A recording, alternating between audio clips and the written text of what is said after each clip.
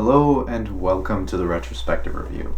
So, last month I talked about the second My Hero Academia movie, Heroes Rising, and with the third one just around the corner, I figured why don't we take a look back at the first one.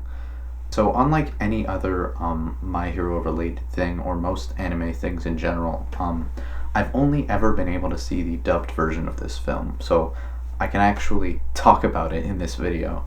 So I've already explained my history with this show and with anime in general in the last video. If you want to check that out, you can. It'll be in the link in the description and in the top right corner, either this one or that one, I'm not entirely sure. But without further ado, this is My Hero Academia, Two Heroes.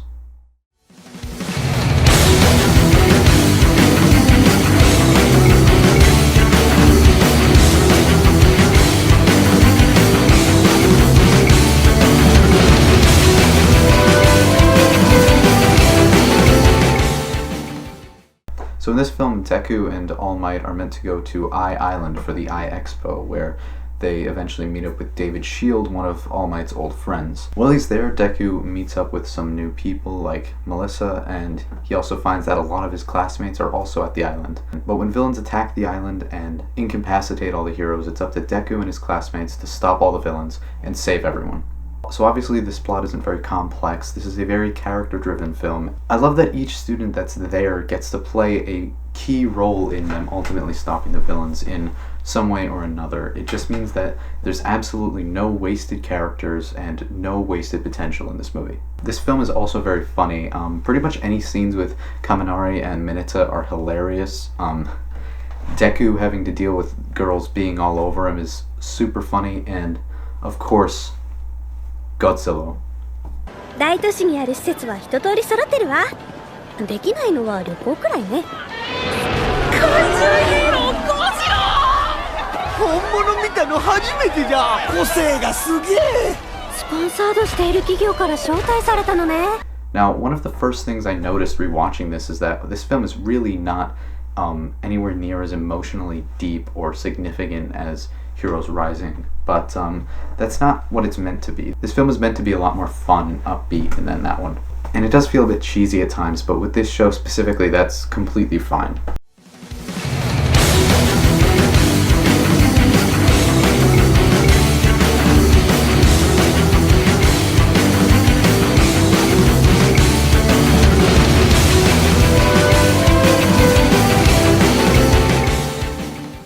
I absolutely love that in this film, All Might and Midoriya are constantly being compared to one another, especially through the eyes of David Shield, through various visual comparisons and flashbacks, plot points, etc.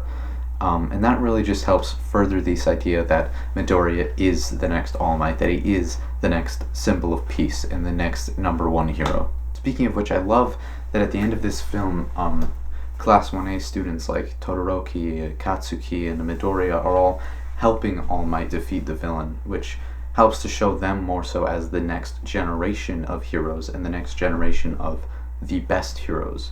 But it also helps show that they still need help and that they still need to be taught and to grow and to be guided by people like All Might before they're ready to do it themselves. Speaking of which, Todoroki and Katsuki are a really awesome team in this film. They do some really badass stuff with those two, and same goes for those two and Kirishima. They all have really badass and really awesome scenes together. I absolutely love Katsuki and Kirishima's friendship here because it really helps show Katsuki's growth as a character, having him see Kirishima as someone that he can relate to and someone that he can not feel so bad about being helped by, which just helps show him growing more so as a character, as someone who is more willing to accept help and more willing to let people be his friend. They're also really funny together, like when they just completely get lost and don't even realize that they're being attacked. They also make a really badass duo in scenes like when they're first introduced or when they jump in to save Eukarya.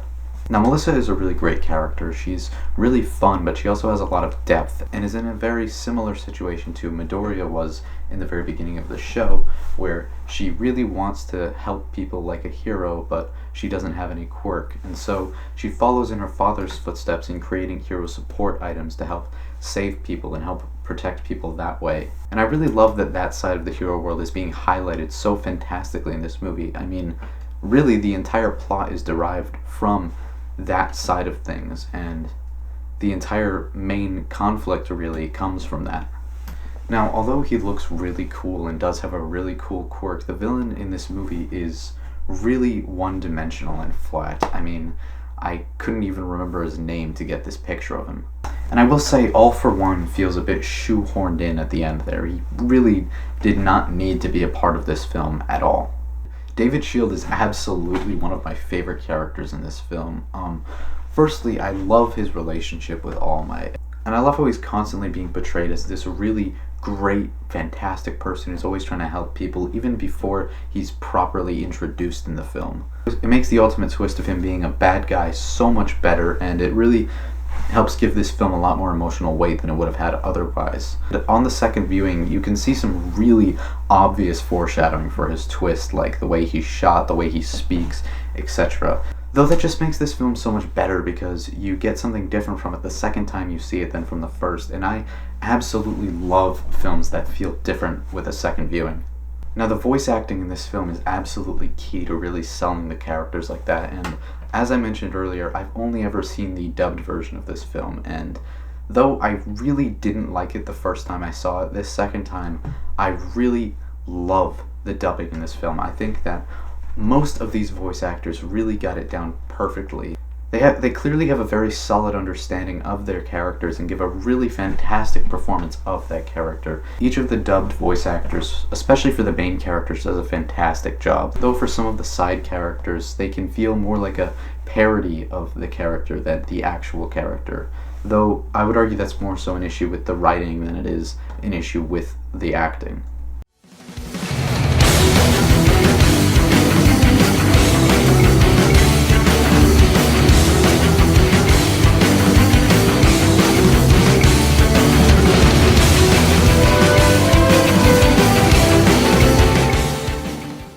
The action in this film is really, really awesome.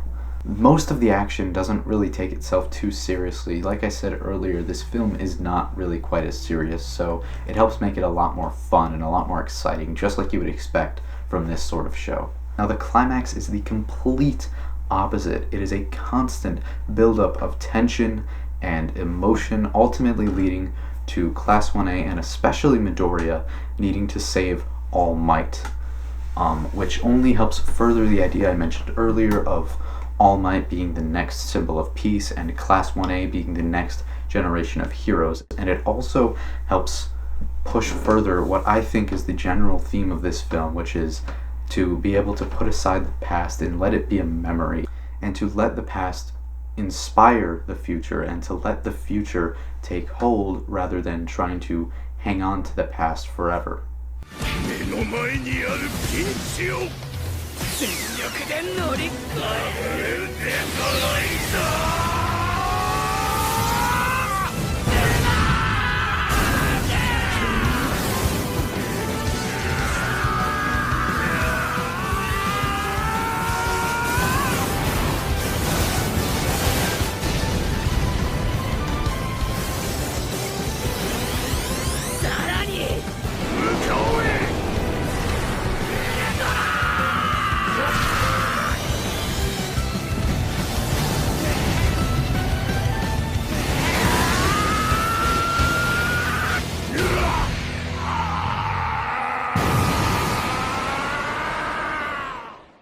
Also, having them all fight in suits rather than their hero costumes is just really cool.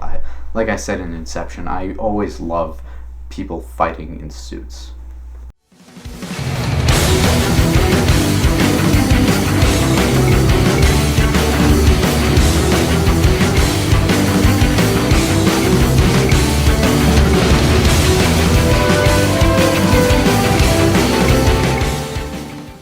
Now, the dialogue in this film usually feels very natural and provides all of the necessary information about characters, as well as helping provide really great character development, especially for David Shield and Melissa. Though the film does tend to repeat information over and over again, especially through flashbacks, as if we're all just stupid and can't remember these things.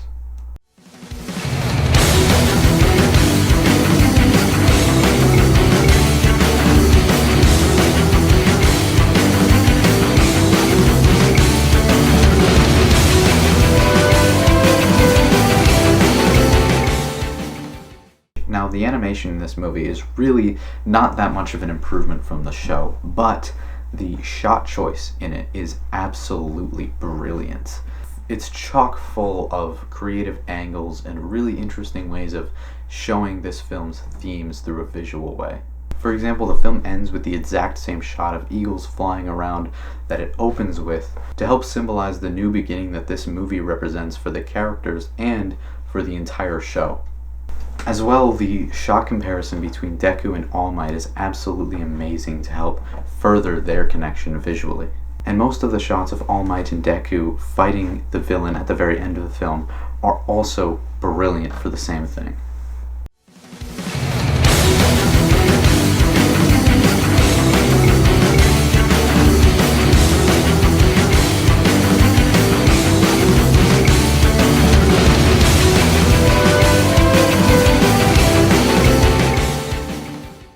I really wish that this film had its own original soundtrack rather than just using all of the soundtrack from the show, but I will say that the music choice from the show was absolutely fantastic. Not only what they played, but when they played it, and especially when they didn't. For example, I absolutely love when the Bombing King was used for both of Bakugo Kirishima and Todoroki's fights with the villains. Todoroki and Kirishima! That was close. Are you okay? Yeah, fine. I used my quirk on Deku and Melissa. They should be able to reach the top. Good job. Now you can help us stop these things! Oh no! They're blowing away! Bakugo! Aim the propeller at Midoriya!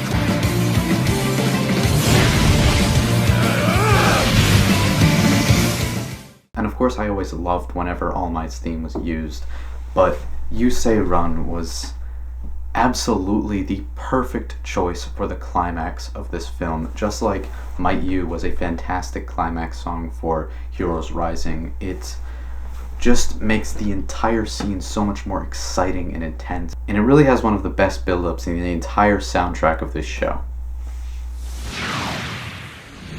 Detroit! Let's go! Yes, sir! This is over! You're the one who doesn't know his feet! I won't let you stop them!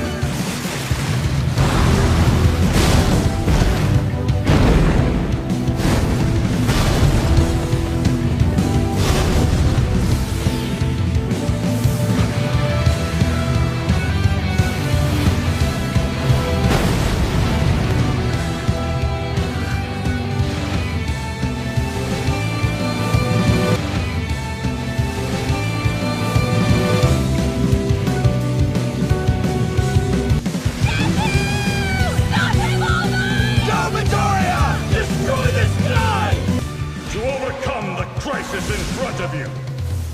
By giving everything you've got! And save people. No matter the cost! That's what makes someone A hero! I'll bring down this entire tower! Double Detroit!